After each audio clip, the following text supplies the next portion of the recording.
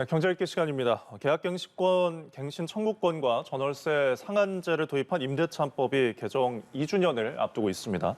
오는 7월 말부터 계약갱신 청구권을 소진한 매물이 시장에 풀리고 그간 눌렸던 전셋값이 시세에 맞춰서 오를 가능성이 큰데요. 전셋값 급등이 우려되고 있습니다. 하반기 부동산 시장 전망을 김대우 경제학 박사와 함께 짚어보겠습니다. 어서 오십시오. 네, 반갑습니다. 네.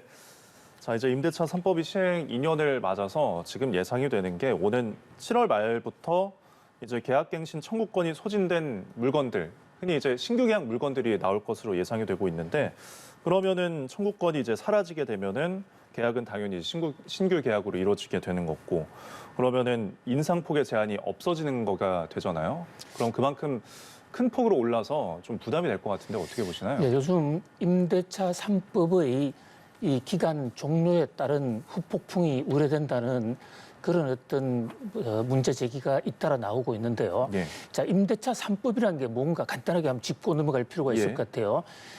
문재인 정부가 남의 집에 전세 살거나 월세를 사는 세입자들의 좀 더 장기적인 계약을 유도해서 주거 안정을 도모하고 또 이 임대료를 좀 낮춰주기 위해서 만든 세 가지 법을 흔히 임대차 3법이라고 그러는데요. 그중에 이제 하나가 임대차 상한제 5% 이상 못 올린다는 거하고 그다음에 계약갱신 청구권 제도, 전월세 신고제 이 세 법이 2년 전에 통과가 됐습니다. 근데 그중에서 전월세 신고제는 시행 기간을 거쳐서 좀 늦게 이제 준비 기간을 거치는 바람에 늦게 시행이 됐고요. 정확하게 2020년 7월 말 8월 초 사이에 임대차 3법 중에 두 가지 법, 그러니까 계약갱신 청구권과 전월세 상한제 이 두 법이 통과가 돼서 시행이 됐거든요. 근데 그 이제 2년의 시한이 오는 7월 8월로 다가오는 겁니다. 그러니까 앞으로 2달 반 정도 있으면 임대차 3법 시행에 따른 그 첫 시한 2년이 경과가 되는데요. 그러면 현재 전세 계약이 2년 단위로 맺고 있기 때문에 2년이 지난 시점에 다시 계약을 맺어야 되는데 그때 계약을 맺을 때 그동안에 올리지 못했던 이 분양 전세급 5% 상한제 때문에 올리지 못했던 금액을 대폭 올릴 수가 있다 하는 그런 지금 우려가 나오고 있는 것이죠. 계약갱신 청구권은 최장 4년까지만 쓸 수 있거든요. 그러니까 작년 2020년에 처음 법을 도입할 때 그 전에 2년 사용했던 사람의 추가로 2년을 했기 때문에 4년이 끝난 사람들이 많습니다. 이분들의 경우에는 전세값이 아주 폭등할 우려가 있다. 그래서 돈을 마련하지 못하면 그 부근에서는 살 수 없는 더 싼 곳으로 지방으로 또 더 낮은 지방으로 쫓겨가야 되는 엄청난 전세 대란이 올 수도 있다.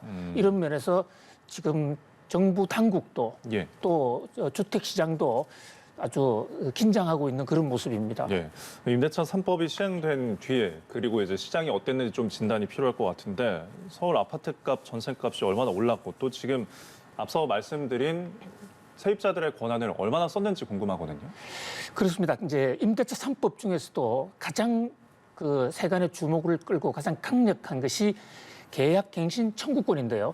계약갱신 청구권이라는 것은 비록 2년밖에 계약을 안 맺었지만은 그러나 차입자가 세입자가 원하면 계약을 갱신할 수 있는 청구권을 형성권의 일종으로서 보장을 해서 임대인의 의사와는 관계없이 무조건 2년을 더 있게 해준 제도입니다.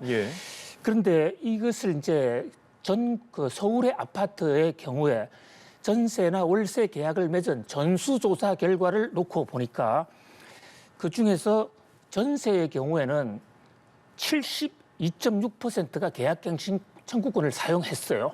그러니까 절대 다수가 계약갱신 청구권 속에서 계약을 맺은 것이죠. 월세의 경우에는 53.5%가 계약갱신 청구권을 행사했습니다.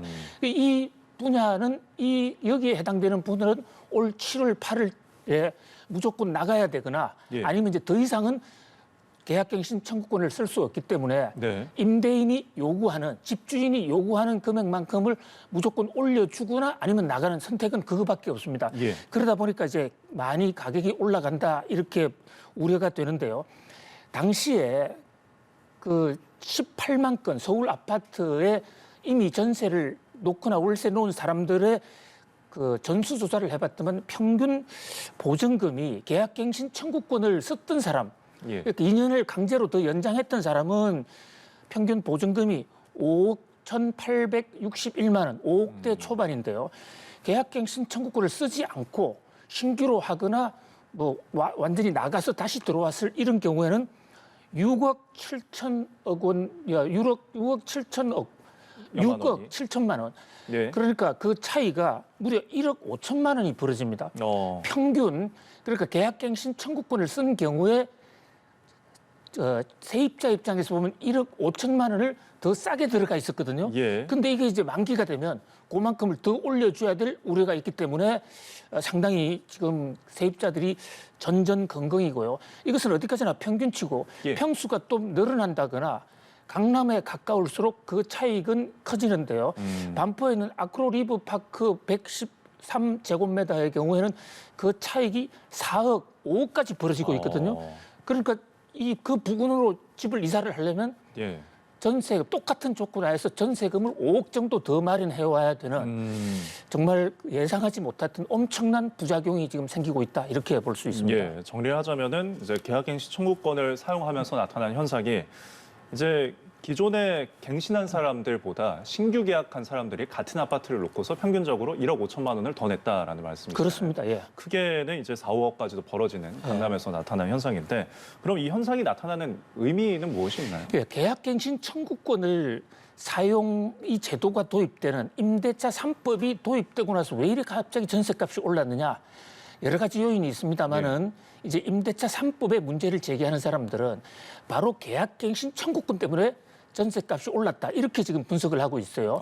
왜냐하면 종전에는 계약을 2년을 하면 2년 후에는 반드시 새로 가격 협상을 할 수가 있게 되어 있었는데 계약갱신 청구권 제도 도입으로 세입자가 원하면 4년은 종전 그 계약금으로 또 종전 계약금에서 많이 올려봤자 5%밖에 못 올리도록 임대차 3법에서 법으로 강제했단 말입니다. 예. 그러니까 종전 2년 단위의 계약이 사실상 4년 단위로 늘어났으니까 집주인 입장에서는 그만큼 자기가 관리할 수 있는 유동성, 네. 자기의 어떤 선택권이 줄어든 것이죠.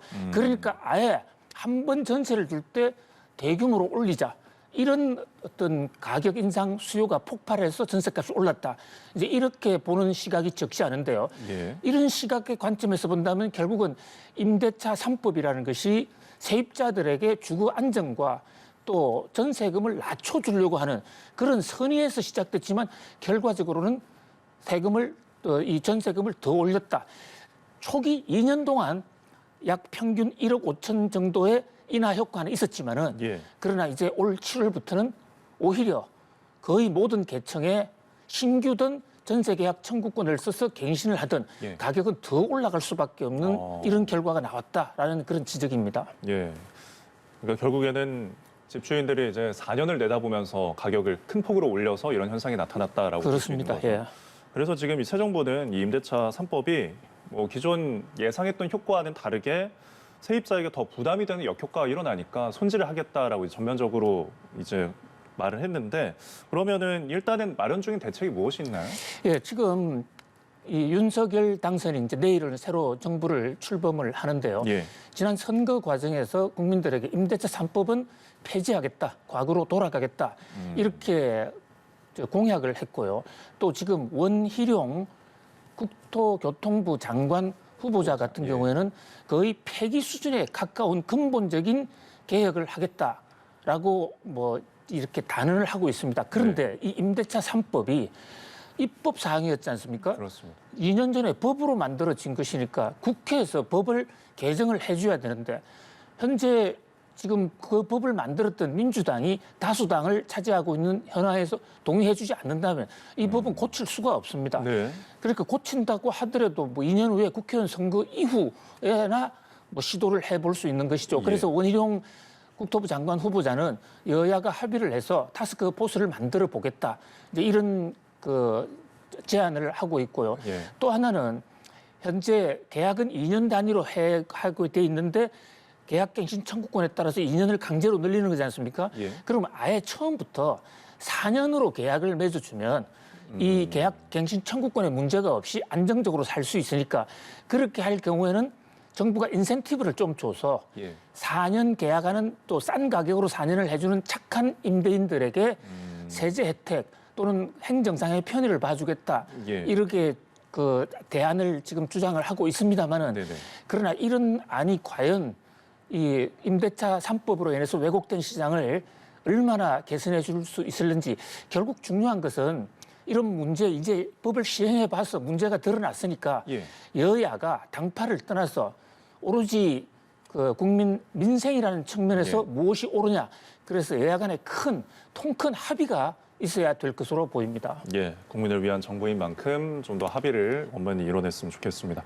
자, 다음 주제는 지금 금융연구원의 보고서가 나왔는데 우리나라 전체 가구 중에 17%가 이제 적자인 것으로 조사가 됐습니다. 흔히 이제 마이너스라고 보면 되겠는데 전체적으로 봤을 때 이제 소득을 원리금 상환을 하는데 98%를 쓴다 이런 이제 조사 결과 나왔어요. 그러니까 흔히 소득을 벌어서 빚만 갚는 데 다 쓴다라고 볼 수 있을 것 같은데 네. 지금 구체적인 지출과 소득의 현황이 어떤가요? 네, 경제학이나 회계학에서 적자라고 하면 벌어들이는 돈보다도 강제로 써야 할 나가는 돈이 더 많은 그것을 흔히 적자라고 그렇게 정의를 합니다. 예. 그런데 우리나라 금융연구원이 조사를 해보니까 우리나라 가계의 약 17%가 벌어들이는 돈보다도 나가는 돈이 훨씬 더 많더라. 예.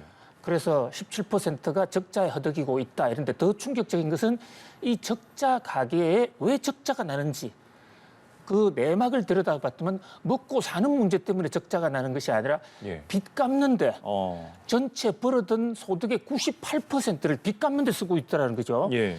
그러니까 이것이 연끌을 했다든지 또는 생계비가 부족해서 빚을 끌어다 썼다든지 예. 근데 지금 금리가 올라가고 있지 않습니까? 그렇습니다. 저 적자 가구들은 적자 폭이 더 커질 것이고 예. 지금 아주 아슬아슬하게 흑자를 기록하고 있는 데서는 이자만 높아지면 적자 가구로 신규 편입이 되고 있거든요. 그래서 우리 국민 소득이 늘었다고는 하지만 그 구조를 떠다 보면 중하위층에 있어서는 상당히 적자가 상당히 심각하다. 네. 이런 통계가 나온 것입니다. 예. 그런 면에서 이런 이 금융연구원의 적자 계획가 17%고 그중에서 금융 비용이 98%라는 것은 앞으로 우리가 금리 인하 인상을 하는 금리 정책을 펼 때나 세금 정책을 펼 때 상당히 민감하게 아주 예의주시해야 될 대목으로 보입니다. 예. 저희가 이제 금리 올릴 때 항상 가계부채가 염려되면서 신중히 해야 된다. 뭐 이런 이야기를 늘 저희가 해왔는데 이게 빚을 왜 지게 됐는지 이게 또 중요하잖아요. 뭐 면면을 살펴보면은 아무래도 주거 빚이 좀 큰 것 같아요. 전세금 돌려막기라는 현상이 일어난다고요. 그렇습니다. 예, 가장 안타까운 게 그 대목인데요. 일단 집값이 이제 오르는 바람에 집을 사는데 많은 비용이 들다 보니까 영끌한 사람들의 경우에는 자기 소득의 훨씬 범위를 넘어서 집을 산 경우도 있고요. 예. 그러나 그 경우에는 뭐 자기 본인 집이 있으니까 상대적으로 좀 낫다고 할 수가 있는데 월세나 전세만을 사는 사람들은 자기 명의의 자산은 하나도 늘지 않고 지금 비용만 늘어나는 것이거든요. 예. 그러니까 지금 우리가 이 임대차 3법에서 계약갱신 청구권 이후에 전세 가격이 뭐 1억 5천만 원이나 평균 올랐다는 것을 감안했을 때 가만히 있어도 본인이 똑같은 조건의 세를 사는 경우에 이 비용이 늘어났단 말입니다. 예. 그런 면에서 바로 우리나라 부동산 가격이 안정돼야 되는 이것이 얼마나 절박하고 심각한 문제냐를 보여주는 만약에 부동산 가격을 잡지 못하고 더 폭발적으로 전세 가격이 오른다거나 했을 때는 그야말로 적자 파산하는 가구가 눈덩이처럼 늘어날 수 있다. 그런 것을 보여주는 아주 엄중한 통계 자료라고 할 수 있겠습니다. 예, 그렇습니다. 사실 이제 금리가 계속 오르고 있는 게 세계적 추세고 미국이 먼저 선제적으로 빅스텝도 밟았고 우리나라는 이제 5월 26일에 또 금융통화위원회가 예정되어 있는데 이때 또 금리를 올릴지가 관건이거든요. 만약에 0.25%포인트를 올리면은 가계이자가 3.3조 원, 그러니까 3조 3천억 원 증가한다는 관측이 있는데 그러면은 그만큼 이제 경제 어떤 충격이 있을 것 같은데 대비책이 있을까요? 그렇습니다. 금리를 뭐 올리는 것은 가계에 고통을 주기 위한 것이 아니고 우리 경제에 지금 방만하게 오르고 있는 물가 상승을 잡기 위한 고육지책입니다. 예. 정부나 한국은행도 어쩔 수 없이 금리를 올리는 측면이 있는데요.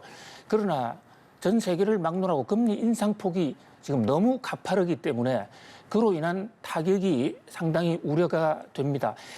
경제적 여유가 있고 자금 사정이 괜찮은 곳에서는 충분히 견딜 수가 있고 또 오히려 금리가 오르면 돈 있는 사람들 입장에서는 그 여유 자금에 대한 운용 수익률이 올라가기 때문에 더 좋은 측면도 있어요. 예. 그런데 여유 자금이 없으면서 오로지 빌려 쓰고만 있던 영세 가계 입장에서는 올곧이 금리 인상분을 이자 비용으로 추가해야 되거든요. 예. 그런 면에서 상당한 부담이 되고요. 특히 우리나라는 미국이나 선진국의 경우와는 달리 미국 같은 경우에는 변동금리부 상품을 많이 팔았습니다.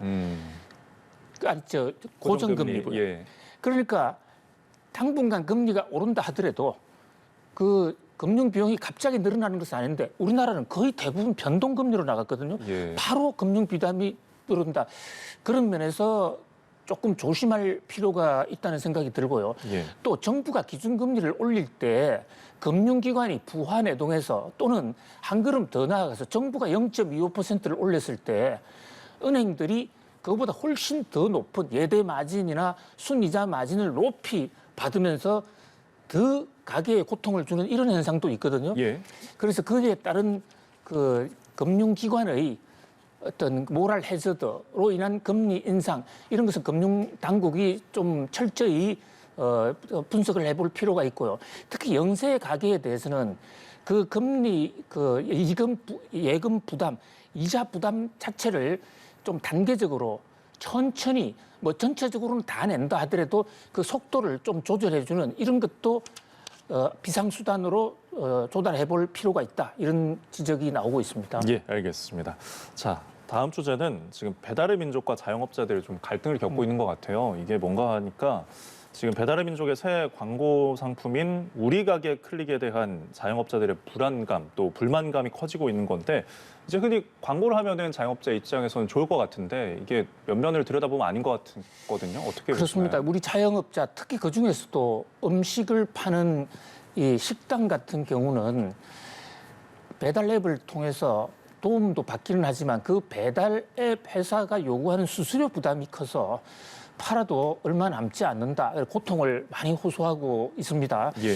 그런데 이번에 또 배달의 민족, 흔히 줄여서 배민이라고 그러죠. 이 네. 배달의 민족에서 혁신이라는 이름하에 우리 가게 클릭이라는 새로운 어떤 클릭 상품, 그러니까 이 배달의 민족이라는 앱에 들어갔을 때 그 각 음식점들을 소개할 수 있는 그런 광고 클릭 사이트를 만들어 놓고 그 광고 클릭을 할 때마다 일반 소비자들이 한번 들러서 음식점을 주문을 하지 않는다 하더라도 그냥 단순하게 방문만 하더라도 클릭 수당 돈을 받는 이런 시스템을 도입을 했어요. 예.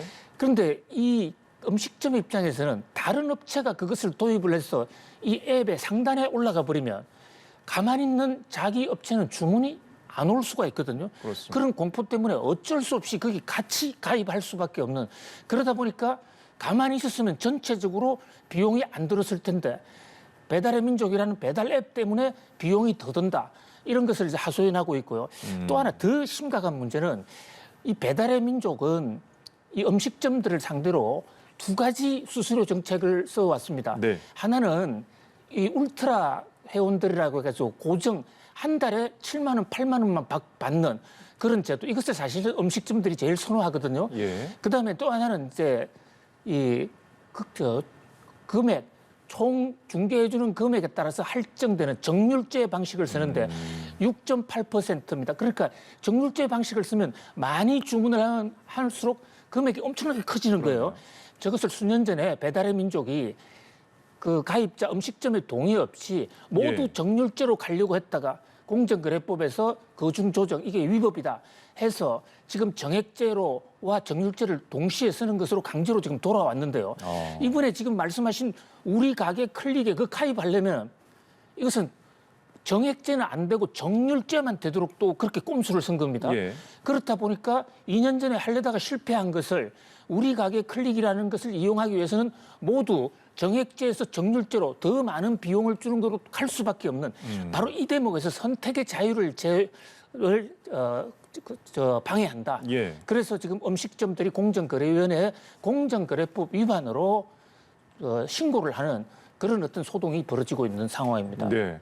결국 배달의 민족이 이제 광고 상품을 내놓아도 이게 기준이 좀 모호하고 이 서비스 가입을 좀 강제적으로 하고 있기 때문에 공정거래위원회 지금 불공정 행위로 배달의 민족을 일단 고발을 했습니다. 그런데 그러면 배달의 민족의 입장은 어떤가요? 예, 지금 그 배달의 민족은 우리는 강제하지 않았다. 거기에 그 우리 가게 클릭이라는데 들어오건 안 들어오고는 자유다. 이렇게 주장을 하고 있는데 반해서 음식점들은 말은 자유라고 그러지만 거기에 안 들어가면 상대적으로 크게 영업이 처질 가능성이 있고 또 그 우리 가게 클릭을 미끼로 해서 정률제로 전환하는 것은 강제하는 것이다. 이렇게 주장을 하고 있는데 배달의 민족 측에서는 지금 음식점 배달앱뿐만 아니라 네이버나 카카오나 다음 같은 경우에서도 광고 앱은 누구든지 다 사용하고 있고 예. 광고 앱을 많이 사용하면 전체적으로는 결국 음식점 앱 배달이 더 늘어날 것이다. 이것은 혁신의 일종이다. 이렇게 주장을 하고 있는데 의견이 좀 대립하고 있는데요. 이런 대목에 대해서도 우리 공정거래위원회가 좀 더 명확하게 뭐가 어디까지를 혁신이고 어디까지가 강제인가를 대해서 좀 더 구체적이고 디테일하게 좀 규정을 정의해 볼 필요가 있지 않나 이런 생각을 해봅니다. 예, 그렇습니다. 공정한 자유시장을 좀 구축을 해야 될 것 같습니다. 지금까지 김대호 경제학 박사와 함께했습니다. 고맙습니다. 감사합니다.